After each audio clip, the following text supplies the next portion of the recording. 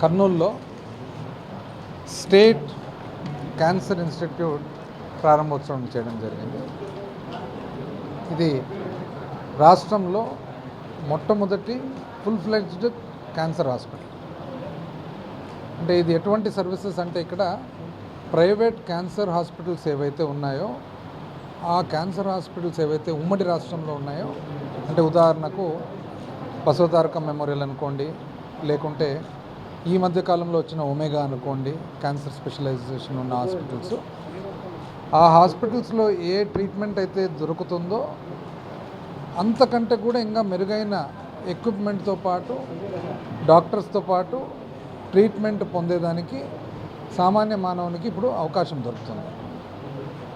ఇది చాలా గొప్ప అచీవ్మెంట్. ఎందుకంటే రాష్ట్రంలో మొట్టమొదటి స్టేట్ క్యాన్సర్ ఇన్స్టిట్యూట్.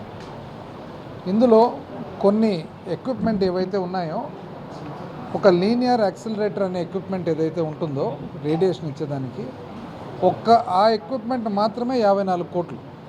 54 కోట్లతో ఓన్లీ రేడియేషన్ ఇచ్చే ఎక్విప్మెంట్. ఇది ఎక్కడ పెద్ద హాస్పిటల్స్లో కూడా ఎక్కడ ఉండదన్నమాట. అదేవిధంగా advanced CT scan, MRI scan, PET scan, ఇటువంటి ఎక్విప్మెంట్తో పాటు 3D ల్యాప్రోస్కోపీ చేసేదానికి 3D ల్యాప్రోస్కోప్ అనే ఎక్విప్మెంట్ వాడతారు. ఇది కూడా చాలా పెద్ద హాస్పిటల్స్, ఇక్కడ బాంబేలో టాటా ఇన్స్టిట్యూట్లో అటువంటి హాస్పిటల్స్లో తప్ప వేరే ఎక్కడ లేవు. దాంతోపాటు డాక్టర్స్ దాదాపు 250 మంది డాక్టర్స్ అండ్ స్టాఫ్ ఇక్కడ పనిచేయబోతూ ఉన్నారు. 250 మందిలో పైనుంచి చూసినట్లయితే డైరెక్టర్తో పాటు సర్జికల్ ఆంకాలజిస్ట్ కానీ, క్లినికల్ ఆంకాలజిస్ట్ కానీ, ఆ విధంగా చూసుకుంటూ వస్తే అన్ని రకాల సూపర్ స్పెషలైజేషన్ ఉన్న డాక్టర్స్ అందరూ కూడా ఇందులో ఉంటారనమాట. అండ్ ఈ మొత్తము ఖర్చు వచ్చేసి 120 కోట్లు ఖర్చు అయితే అందులో 36 కోట్లు బిల్డింగ్కు అండ్ 84 కోట్లు ఎక్విప్మెంట్. ఓన్లీ లోపల ఉండే ఎక్విప్మెంట్కి మాత్రమే, పరికరాలకు మాత్రమే 84 కోట్లు ఖర్చు పెట్టడం జరిగింది. ఇది రాయలసీమ ప్రాంతానికి, ముఖ్యంగా కర్నూలుకు చాలా గర్వకారణం. ఎందుకంటే one of the oldest hospitals Kurnool medical, మన general hospital and Kurnool medical college చాలా పేరుగాంచిన కాలేజ్. ఎంతోమంది గొప్ప డాక్టర్లు మన దేశంలోనే కాక ఇతర దేశాల్లో కూడా చాలా గర్వంగా చెప్పుకుంటారు, ఎక్కడ మీరంటే మాది కర్నూలు మెడికల్ కాలేజ్ అని. ఈ మెడికల్ కాలేజ్ ఆవరణలో కర్నూలులో రాయలసీమ ప్రాంతానికి, ఎందుకంటే కర్నూలు ఇంకో ప్రత్యేకత ఏమంటే రాయలసీమ ప్రాంతానికే కాకుండా సగభాగం మహబూబ్ నగర్ వాళ్ళందరూ కూడా ఇక్కడికి వస్తారు ట్రీట్మెంట్కు. ఇక్కడ లొకేట్ చేయడం చాలా గర్వకారణము. దీన్ని బట్టి చూస్తే మన ప్రభుత్వానికి కానీ, మన గౌరవ ముఖ్యమంత్రి గారికి కానీ వైద్యం పట్ల ఎంత ఆలోచన కానీ, ఎంత చిత్తశుద్ధి కానీ ఉందనేది ఇక్కడ అర్థమవుతుందన్నమాట. ఫస్ట్ డాక్టర్ వైఎస్ రాజశేఖర రెడ్డి గారు ముఖ్యమంత్రి కావడం, తను ఒక డాక్టర్గా ఉండడము, డాక్టరే కాకుండా తనకు మంచి అవగాహన మెడిసిన్ పట్ల ఉండడంతో ఆరోగ్యశ్రీ అనేది ఇంప్లిమెంట్ చేయడం, అక్కడి నుంచి ఆంధ్రప్రదేశ్ రాష్ట్రం ఈరోజు భారతదేశంలోనే వైద్యపరంగా చూసుకున్నట్లయితే బెస్ట్ పర్ఫార్మింగ్ స్టేట్లో ఒకటి అని మనం చెప్పుకోవచ్చు. పునాది ఎక్కడ పడింది? రాజశేఖర రెడ్డి గారు ముఖ్యమంత్రిగా ఉండి తను డాక్టర్గా ఉన్నప్పుడు ఆ పునాది పడిందనమాట. ఆ ఫౌండేషన్ మీద మన ముఖ్యమంత్రి గారు జగన్మోహన్ రెడ్డి గారు మరీ బిల్డప్ చేసి ఈరోజు మనం కొత్త మెడికల్ కాలేజెస్ ఎస్టాబ్లిష్మెంట్ కానీ, అంటే స్వాతంత్రం వచ్చినప్పటి నుంచి, ఆంధ్రప్రదేశ్ రాష్ట్రం ఏర్పడినప్పటి నుంచి ఎన్ని మెడికల్ కాలేజెస్ ఎస్టాబ్లిష్ అయినాయో అంతకంటే ఎక్కువ ఇప్పుడు ఎస్టాబ్లిష్మెంట్లో ఉన్నాయి.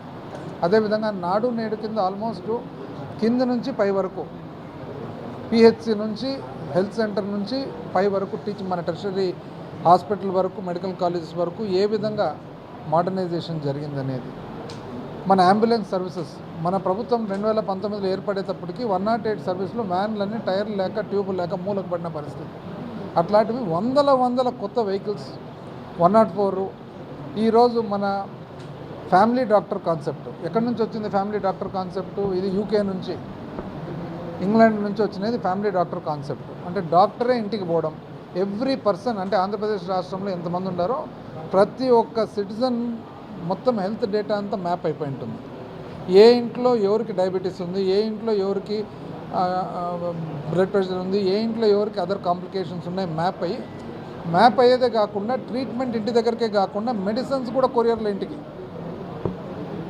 ఆరోగ్యశ్రీ విషయానికి వస్తే ఏదో 900, 800 ఉండే ట్రీట్మెంట్లు ఇప్పుడు 3000 వరకు ట్రీట్మెంట్లు. ఆరోగ్యశ్రీ అమౌంటే కాకుండా ట్రీట్మెంట్ పొందిన తర్వాత పేషెంట్ ఇంటికి పోయే వరకు కూడా మళ్ళా ఎక్స్పెండిచర్.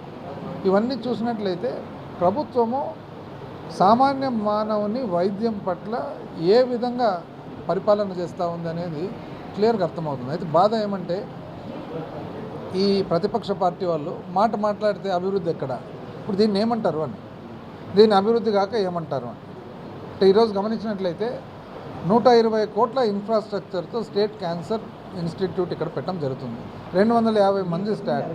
మరి అభివృద్ధి కాక దీన్ని ఏమంటారు అని. ఇంకోటి ఆశ్చర్యకరమైన విషయం ఏమంటే ప్రతిపక్షం వాళ్ళ స్పీచ్లు కూడా చూసినట్లయితే మేము వచ్చిన తర్వాత వాళ్ళని ఇబ్బంది పడతాం, వీళ్ళని ఇబ్బంది పెడతాము, అది కూలగొడతాము, ఇది అసలు మీరు పరిపాలనలోకి రావాలనుకునేది మీ ప్రణాళిక చెప్పండి, మీరు ఏ విధంగా అభివృద్ధి చేయబోతున్నారో చెప్పండి. కానీ వచ్చిన తర్వాత ఎంతసేపు నెగిటివ్గా అది కూలగొడతాము, ఇది ఇబ్బంది పెడతాము, తాడేపల్లిలో ఇండ్లను కూలగొడతాం. మిమ్మల్ని ఎవరు అడగొట్టారండి? మీరు కూలగొట్టేది కాదు కావాల్సింది, మీరు ఏం కట్టబోతున్నారు చెప్పండి. నెగిటివ్ క్యాంపెయిన్ అనేది లేకుండా కొద్దిగా ఆలోచనతో బాగా చుట్టూ విచారించుకొని ఏం జరిగింది అభివృద్ధి. కర్నూలుకి ఏం జరిగింది? కర్నూలుకు స్టేట్ క్యాన్సర్ ఇన్స్టిట్యూట్ వచ్చింది. కర్నూలుకు మెడికల్ కాలేజ్ ఆధునీకరణకు 100 కోట్లు ఖర్చు పెట్టడం జరుగుతూ ఉంది. కర్నూలుకు సిల్వర్ జూబ్లీ కాలేజ్ వచ్చింది. కర్నూలుకు గాజులదిన్న ప్రాజెక్ట్ ఇంప్రూవ్మెంట్ జరిగింది. కర్నూలుకు నంద్యాల కలిసి నేషనల్ హైవేస్ వచ్చినాయి. కర్నూలు నగరానికి 130 కోట్లతో డ్రింకింగ్ వాటర్ ఆగ్మెంటేషన్ స్కీమ్ ఇప్పుడు కంప్లీషన్కు దగ్గరకు వచ్చింది. కర్నూలుకు 1 టౌన్కు సూవేజ్ ట్రీట్మెంట్ ప్లాంట్ 130 కోట్లతో వర్క్ స్టార్ట్ కాబోతుంది. శాంక్షన్ అయింది, టెండర్ కూడా అయిపోయింది. కర్నూలులో 30 కోట్లతో కొత్త బ్రహ్మాండమైన municipal corporation office building construction ఉంది, కొన్ని నెలల్లో కంప్లీట్ అయిపోతుంది. మళ్ళీ ఇవన్నీ దీన్ని అభివృద్ధి కాక దీన్ని ఏమంటారు అని. ఎందుకంటే మాకు ప్రతిపక్షం వాళ్ళ డెఫినేషన్ అర్థం కావడం లేదు. ఈ డిక్షనరీ చూసి వాళ్ళకి అభివృద్ధి అంటే ఏమి అనేది క్వశ్చన్ మార్క్ పెట్టాల వాళ్ళ డెఫినేషన్. ఇంత అన్యాయంగా మాట్లాడేది మాత్రం చాలా అన్యాయం. ఎందుకంటే 2019 నుంచి ఫస్ట్ 1 ఇయర్ పాత ప్రభుత్వంలో ఉన్న డెఫిషియన్సీస్ అర్థం చేసుకునేదానికే సరిపోయింది. 2020 నుంచి 1.5 సంవత్సరం పూర్తిగా కోవిడ్కి పోయింది. అంటే ఈ మొత్తం డెవలప్మెంట్ అంతా కూడా మన ప్రభుత్వాన్ని 2.5 సంవత్సరమే. ఇది 5 సంవత్సరాల డెవలప్మెంట్ కాదు, 2.5 సంవత్సరంలో ఇంత డెవలప్ అయ్యి వేల కోట్లు వైద్యం మీద, వేల కోట్లు విద్య మీద, వేల కోట్లు ఇరిగేషన్ మీద. మీరు ఈరోజు గమనించినట్లయితే ముఖ్యమంత్రి గారు వారానికి ఒక ప్రాజెక్ట్ ఇనాగ్రేట్ చేసుకుంటూ పోతున్నారు. వారానికి ఒక ప్రాజెక్ట్. ఇండస్ట్రీస్ పరిశ్రమ చూసినట్లయితే ఇంతకు ముందు కంటే ఎక్కువ ఇన్వెస్ట్మెంట్ ఇప్పుడు వచ్చింది. స్కిల్ డెవలప్మెంట్ నిన్నగాక మొన్న వైజాగ్లో భవతి అనే ప్రోగ్రామ్ లాంచ్ చేయడం జరిగింది. మొట్టమొదటిసారిగా రాష్ట్రంలో ఉండే ప్రతి టెక్నికల్ ఇన్స్టిట్యూటు ఒక ప్రైవేట్ కార్పొరేట్తో పాటు పార్ట్నర్షిప్లో వాళ్ళ భాగస్వామ్యంతో ఈరోజు టెక్నికల్ ఇన్స్టిట్యూట్లో చదువు చెప్పడం జరుగుతూ ఉంది.